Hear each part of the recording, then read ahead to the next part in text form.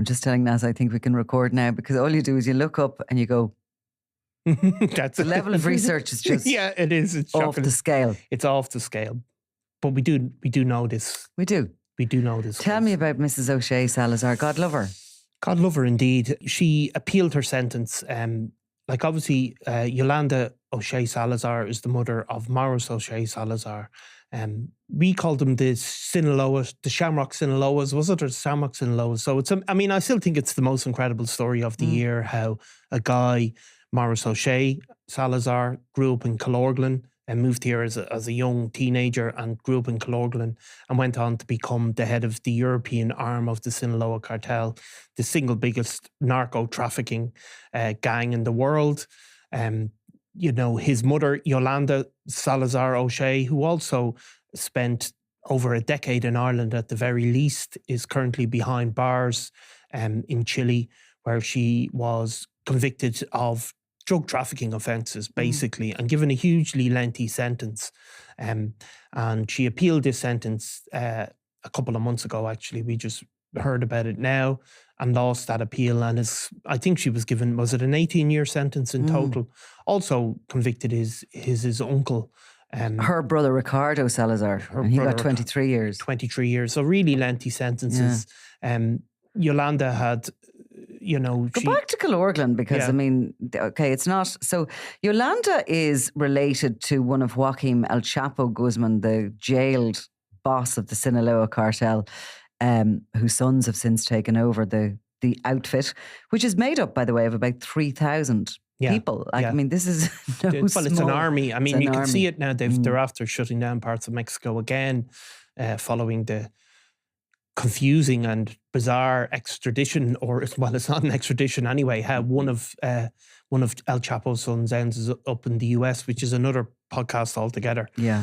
So, they are an army. There's no doubt. And Yolanda is related to El Chapo's first wife. Yeah. And grew up, I suppose, within the territory of Sinaloa. She sort of washes up in Kerry because she's been married to a Kerry man in Mexico, who we're totally sure what happened or why she comes to Kilorglin in the aftermath of his death. She doesn't come with him. She comes with her young son, Morris, and another child. Is there two children? There's two. There's a sister as well, who's no involvement in any crime. So she comes to Kerry to rear these. They're not small kids at this stage. They're 10 or thereabouts, aren't they? Well, I think they're actually a bit older. They're sort of 12, 13. It's a peculiar time to move kids out of, a completely different culture, language, schooling system and everything, to come to a place which is, while connected to their father, their now, deceased father, it must be a strange place to come. Yeah, it must have been a strange place, and Morris O'Shea seems to have struggled to fit in to an extent, though. Despite his name. Morris. But look, he still seems to be a popular... Bet you they called him Mexican Morris, do they? They called him the Mexican, actually. Did they? Yeah, there you go. So, they he fits it. He goes to school. He's a normal kid in the area.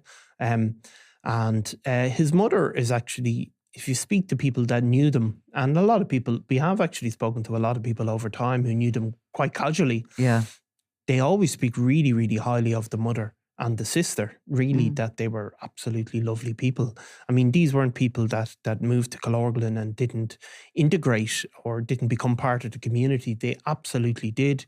She's a single mother. She's raising the two kids. She's working a number of jobs. I think she's involved in holistic health as well. The sister, who again is absolutely no involvement in crime, very, very popular girl. You can see pictures of them from the past, gone out with people in Kilorglin, absolutely normal. To all intents and purposes, Morris O'Shea has a bit more of a reputation as a kind of tearaway teen, gets in a bit of trouble with the law. Somebody described him as a boy racer at the age of sort of 18. Does actually end up in prison in connection with a weapons offence. But again, in court, he's kind of described by his lawyer as, having a few emotional difficulties and... He's certainly not been described as one to watch. No, not one to watch. If you look at some of the criminal figures. We actually spoke about Liam Byrne last week at the age of 21.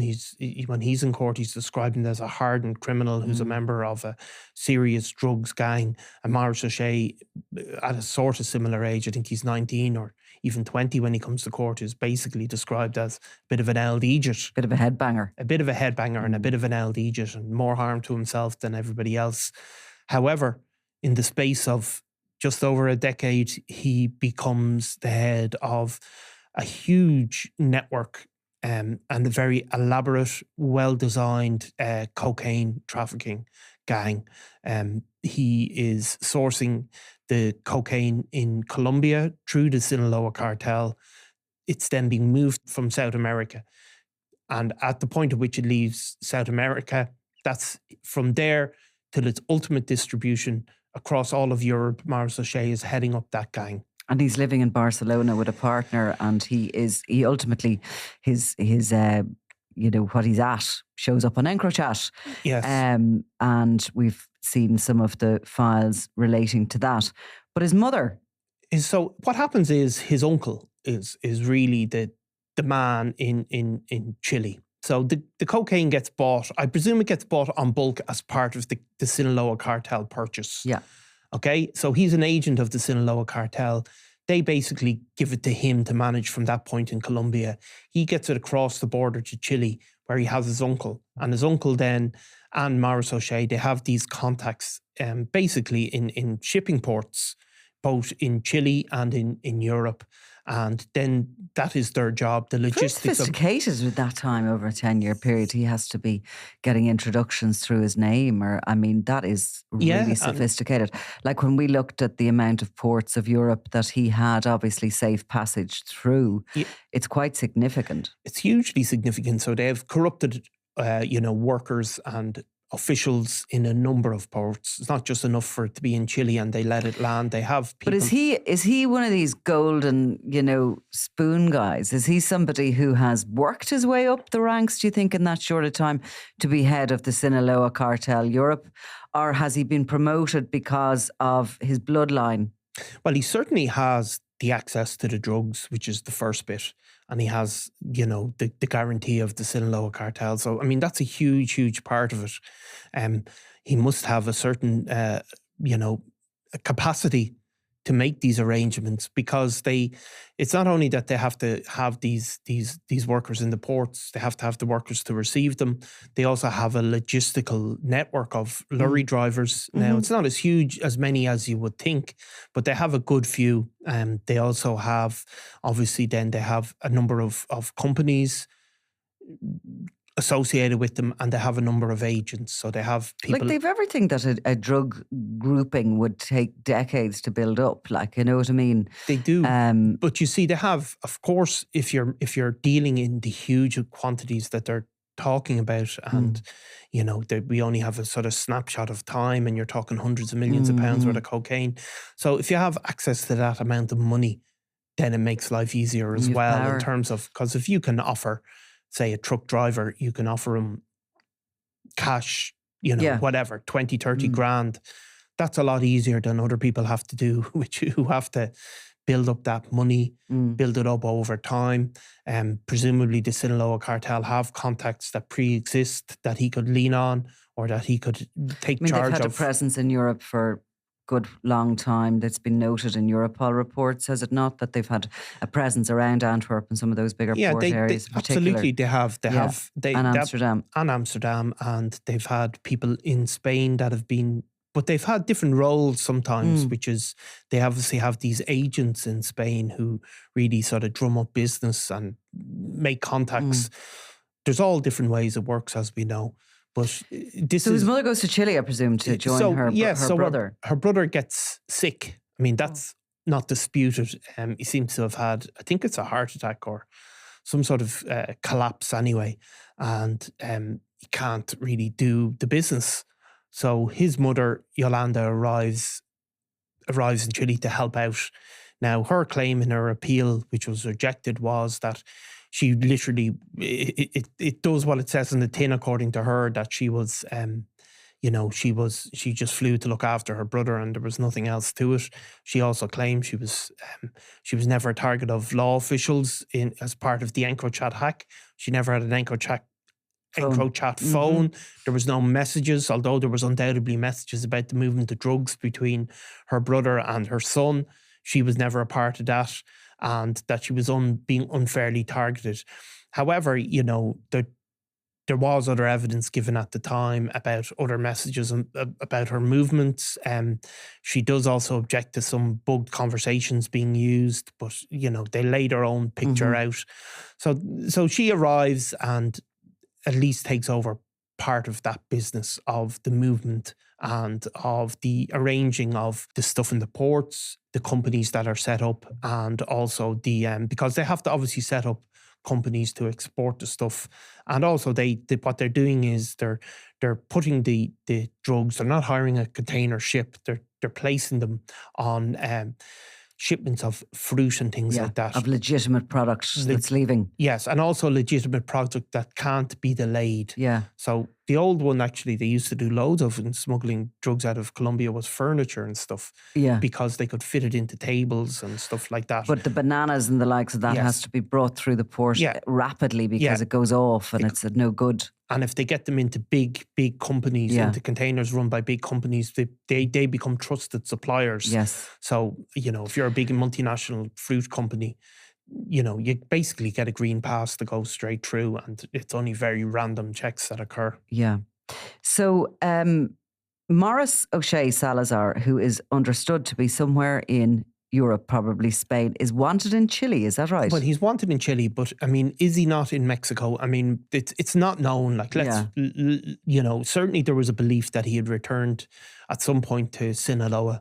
I mean, if you're in Sinaloa, you're hard to get at. I mean, that's just a fact of life. And he's probably small fry compared to some of the others in the Sinaloa organization. Absolutely. I mean, it's the Americans are who they have to worry about. Though, of course, Morris O'Shea was a focus of the original information came from the US officials who absolutely had an interest in him, but he's not going to be their prime target. The prime target, of course, are the sons of El Chapo, who would be relatives of Morris O'Shea. Cousins, would they? They'd be cousins, yeah. Oh, no. Yeah, no, they qualify as cousins, basically.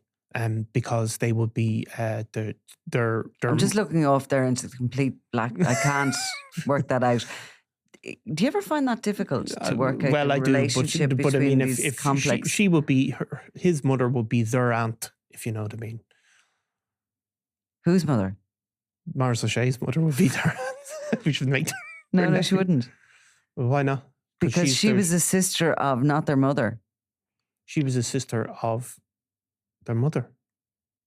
Were they? Was that woman the mother of them, or was it another? Because he had about 3 different. No, this is the original wife, and they are the original of that original. His first, yes, okay, the first wife that he had. Though most of those sons, they're cousins. They're cousins. Well, we can confirm. We can reveal. We can reveal that first cousins 17 times removed. If you have an aunt and they have a child, they will be your cousin. We can confirm exclusively. That was my confusion, because that man has had a lot. No, he has had a lot of wives, and obviously the most famous wife, her name escapes me at the moment, is the one that I think she's back being an influencer. Is she out of prison already? What's her name? I've the done fancy podcasts one. on her. We just go for the fancy one. And she had her children are very small. She was at his side in Brooklyn in the courtroom when he was tried. Yeah, but the Gepitos, as they're called, still retain the name, Salazar, So that is the connection. I mean, I think at one point it was said by the Chilean police. I think she actually tried to deny that or say that wasn't fully accurate. But I mean, that is what is being heard. And of course, Kerry, in a separate sort of somewhat separate story, has been the focus of another extraordinary story of the year, when the drugs were found in Cork Port, headed for Australia. Headed for Australia. So obviously those cases are going through the court. So before the special, I think. They're before the special. So, those charges remain. We've already had one defendant plead guilty. But I suppose what it shows, at least, is that the business of drugs, maybe it was always like that, but we can see the truly global reach of it.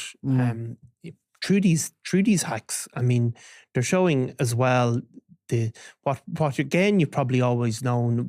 We're always writing about the guys on the ground and the Canada Goose jackets and all of that sort of stuff. But there is the real money and the real businesses to be made is these. It's from an office. It's from an office, and it's people doing accounting and logistical Ordering work and logistical work and the movement of things across borders. That's where the real money is. They're setting up the contacts, the actual drugs. They don't even ever need to see the drugs. I mean, it's incredible. And the foot soldiers on the ground are a long way away from those people. They're a long way away, and landing one of these shipments can make you millions.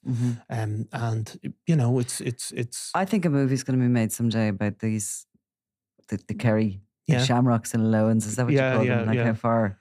It's just the last place on earth you'd expect. I mean, look, it's an incredible story. Like, as I said, when we first started doing it, you'd nearly be going, we can't really be saying this, because even though it's true, it almost sounds cartoonish. Yeah. But I mean, it's funny the amount of people I've spoken to since who knew Morris O'Shea and his mother and his sister, and they are absolutely blown away, are they not, by it? People that would have, known him as a child. I mean, the mother has always spoken about so highly by the people who knew her. Just said she was an absolutely beautiful woman and really good. But they never had any idea when they arrived that they were related to these Sinaloans. No. I mean, I don't think, would they? Yeah, absolutely, they didn't. There was no talk of that as they were kids. And like what the kind of what's happening before the courts and how they're wanted is suggesting that they could be some sort of a sleeper cell that were in this country waiting for that, promotion of him at some point to the head of the European branch of it. I mean, it's a significant job to get, like. It is, but I do wonder, do people, sometimes even people that have access to that sort of criminality, they do try and sometimes start a new life and get sucked back in. And I don't know what her story is, but I do know that they weren't living it up in Kerry. And the courts in Chile twice haven't believed her story, that she'd nothing to do with it. So, she's been convicted and now she's lost her appeal. So. Yeah, I mean, there's incredible amounts of evidence. I mean, if you remember back to it, what they really had was they had an undercover agent in the middle of it all. So they weren't even relying on bugged conversations or text messages. They actually had an agent, which you don't get the full details, similar as you wouldn't here, but I don't think it's an informer. It's an actual undercover agent posing as a buyer or something. Posing as and so, all of that evidence has come through that way. So very hard to shake, but there's, people always appeal, Anyway, okay, well, let's leave it at that for the moment. Thank you, Niall. Thanks, Nicola. I'm Nicola Tallant, and you're watching Crime World, a podcast about criminals, drugs, and the underworld in Ireland and across the globe. Make sure you subscribe to our channel and turn on notifications so you can be the first to watch all our latest episodes. You can also listen wherever you get your podcasts.